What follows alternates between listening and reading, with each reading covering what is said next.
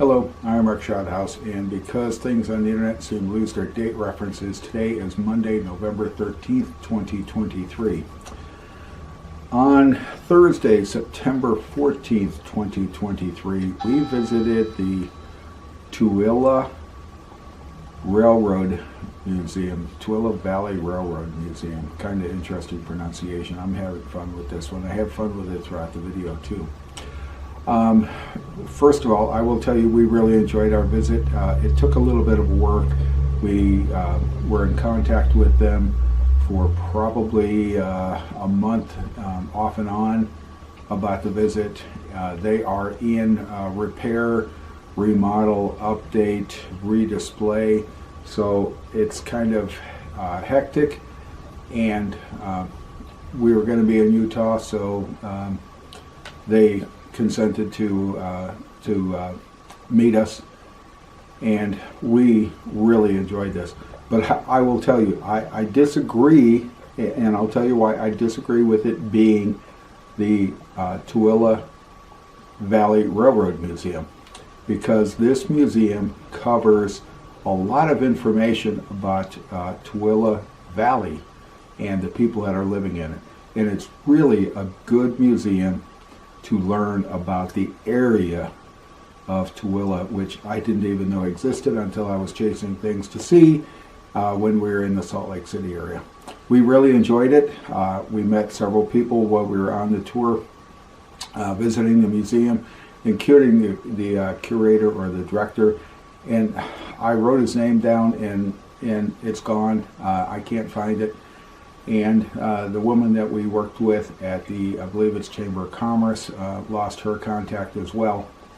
And really, really enjoyed working with them, really enjoyed meeting them, and we really had a good time at the museum. Even under construction, there was a lot of stuff to see, and a lot of stuff was explained to us, so it was totally enjoyable. And I can't wait till they get it done. We're going to try and plan a visit to go back and see it when it's done. So thanks for watching. Hope you enjoy the video. We had fun with this. This is the Tooele, Too-ILL-AH, Tooele Valley Railroad Museum, and elsewhere we find it as the Railway Museum. I'm not sure which way is proper. We'll stick with one or the other, doesn't matter, we'll jump between them.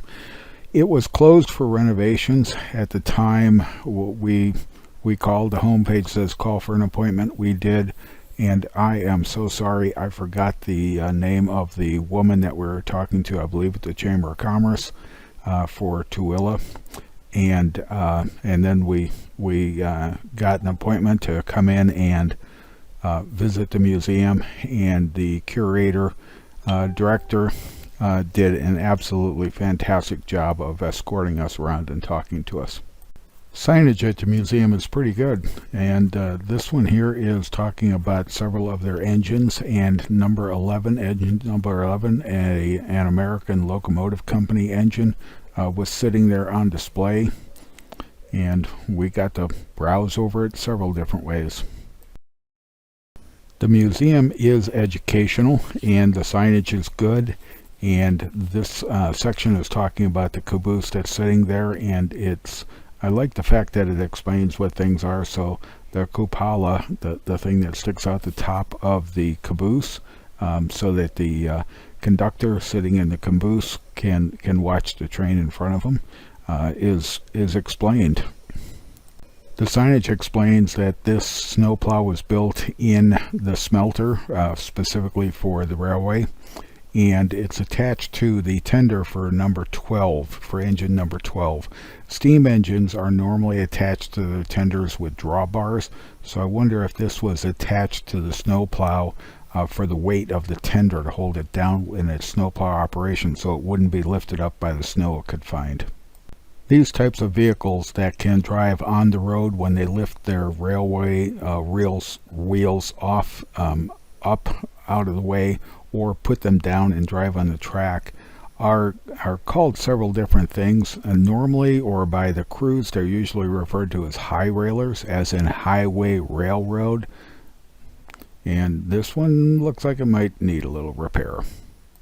As we go through this, you're going to see that there's a lot in the Tooele Railroad Museum that's not directly associated with railroads. Maybe the museum should be the Tooele Area Museum. It was really informative. This is a heavy duty wagon. You can tell by the width of each wheel, steel spoked wheels, so designed to carry a heavy load over probably unprepared roads. The railroad was built to support the mining operation, and mining was essential to the area. And here's some placards and signage and information and presentations of mining activities.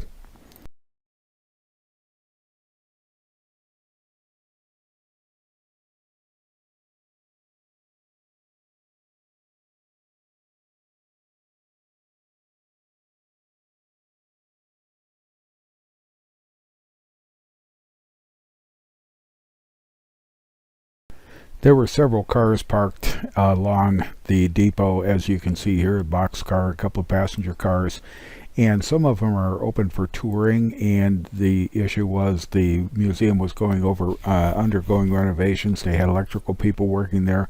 You'll see the displays are kind of helter-skelter as these guys are working around. There's a lot of signage, though, that explains how the railroad worked and how it evolved.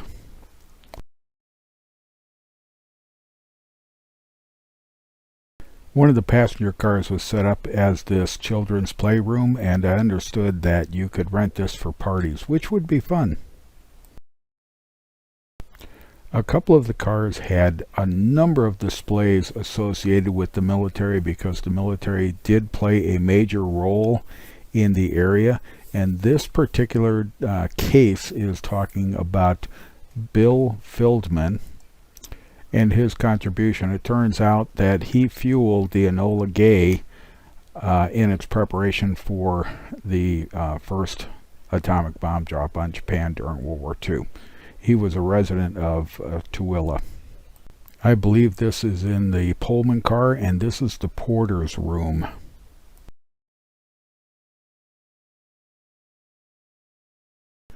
Working our way through one of the cars, one of the freight cars, baggage cars, we found that it had been set up as a display of military information going back to World War I, World War II, the role that Tooele played in World War II. It generated nerve gas and did some training and whatever else, and goes into the Korean War, goes into the Vietnam War. And this stuff was all on display throughout the area.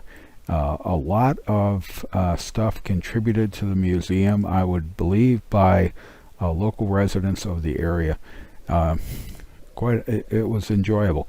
This is one of the reasons why I think the museum should change its name from the Tooele Valley Railroad Museum or Railway Museum to the Tooele Valley Historic Museum. There was a lot of information in here which was super not associated with trains.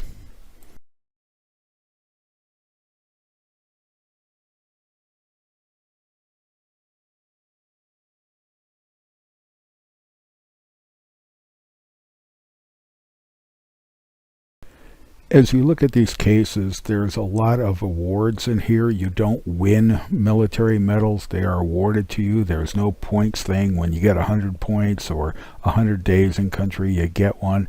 There are a couple like that, but the vast majority of accomplishments, Distinguished Flying Cross, medals like that, the Navy Achievement Medal, Navy Commendation Medal, you don't, those aren't point type medals. And I can tell you, because I've got a drawer that's got my medals in it, and I hope they go someplace other than the bottom of another drawer for somebody else when I'm gone. So I looked at this and got a bit misty-eyed.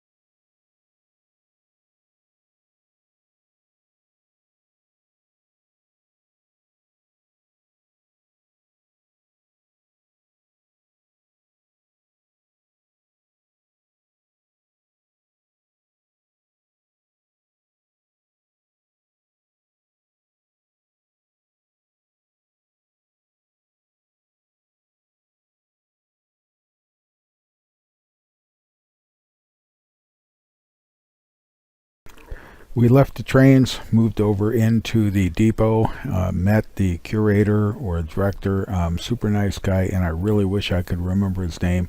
His name was actually a name I was very familiar with, a first name that I was very familiar with. And in the entranceway to the building is the Fairbanks scale, which measures the freight going on the train. You walk into a museum and find something you've worked with before. Here is a hand-powered drill press, and I've used one of these. We're in the depot, and more World War II or military material on display, and it's kind of helter-skelter because they are cleaning the place up, they are refurbishing it, they're putting in new electricity, and things about trappers and things that happened in the areas past, like they were the nerve gas capital of the world during World War II. Interesting things you find, and I don't have a good picture of this, but this is a blueprint printer, and you put the paper in, you put the master in, you set off the light just like film, burns it into the paper, then you take it over to the developer in the rinsing tank, and you end up with a blueprint. On numerous trips, we were exposed to Utah's geologic history, and one more time, and this is in the Railroad Museum. This is why I think the museum ought to be the Tooele Area Museum. I love trains, scale, quality, whatever, kind of matters, but if it's a plastic train that's worth 25 cents a car and it's cute or playable, I'm for it.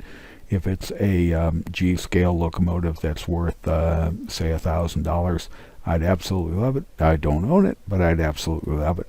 Bruce Grimm obviously loves trains too, and as you go through this, he has built these things to beautiful detail, and it's incredible. Geared engines are normally used where there's grade, adverse grade, steep grade, where the steel wheels on steel rails will slip. They're normally called shays, and they're used throughout the area, and this is some beautiful workmanship on these. Please remember, the museum is by appointment only, and the reason for that is right now it's going through refurbishment, redisplay, repair, whatever else. They were gracious enough to let us come in and see it, and there were some really beautiful items that we could look at. Obviously, they weren't set up for general admission, general participation, but we appreciated the fact that they opened it up for us, and we were allowed to see it on our vacation, and that was kind of cool.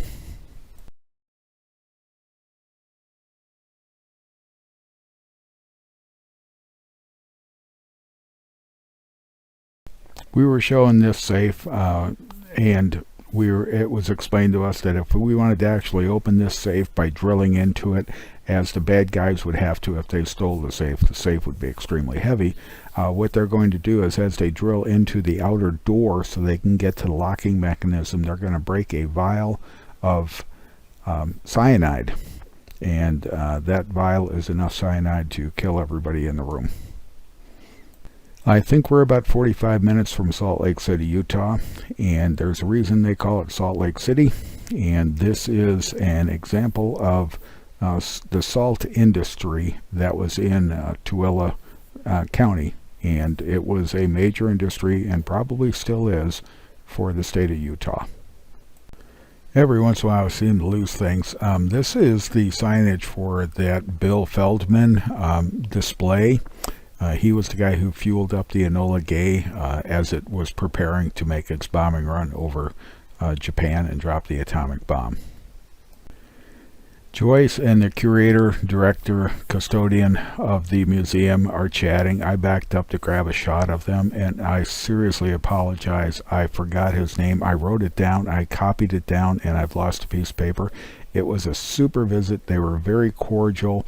Yes, the museum is undergoing a lot of work at the moment. We're back outside again, and there are several speeders on display. Speeders are highlights of our vehicles for the railroad. Not only you don't need to be an engineer to see the museum, you need to be qualified, but to meet the people that these are some of the working the speeders that are on display to preserve these things, and they were extremely courteous. And it was the evolution of one woman with the Chamber of Commerce, I believe it was, and the custodian that allowed us to do this.